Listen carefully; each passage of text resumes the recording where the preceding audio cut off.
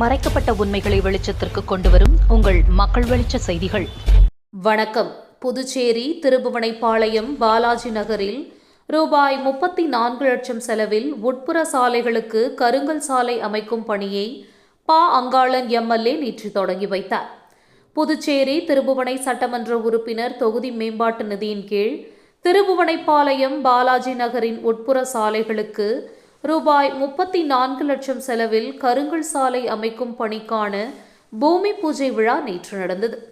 விழாவிற்கு அங்காளன் எம்எல்ஏ தலைமையேற்று பூமி பூஜை செய்து பணியை தொடங்கி வைத்தார்.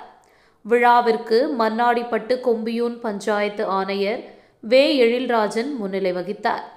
நிகழ்ச்சியில் உதவி பொறியாளர் மல்லிகார்ஜுனன், இளநிலை பொறியாளர் சி மனோகரன், ஒப்பந்ததாரர் எஸ் பழனிவேல், ஜேசிஎம் மக்கள் மன்ற தொகுதி தலைவர் ரவிக்குமார், பொதுச் செயலாளர் வடிவேல் மற்றும் கிராம முக்கியஸ்தர்கள், பொதுமக்கள் உள்பட பலர் கலந்து கொண்டனர்.